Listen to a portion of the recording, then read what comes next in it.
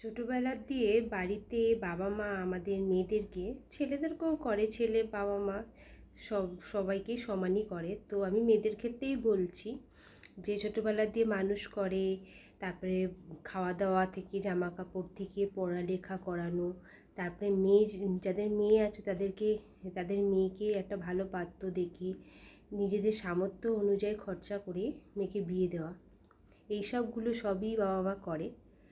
তার সত্ত্বেও যখন শ্বশুরবাড়িতে মেয়েরা যায়, ধরো কিছু হলো বা শরীরটা খারাপ করলো, তখন তাদের শুনতে হয় যে রোগটা নাকি তাদের বাপের বাড়ির দিয়ে নিয়ে এসেছে। তো বলি কি, যে যদি রোগটা বাপের বাড়িতে নিয়ে আসে, তারা এতগুলো কাজ করতে পেরেছে, ডাক্তার দেখানোর জন্য আপনাদের বাড়ি পাঠিয়েছে, তা সেটার উত্তরটা কে দেবে বলুন?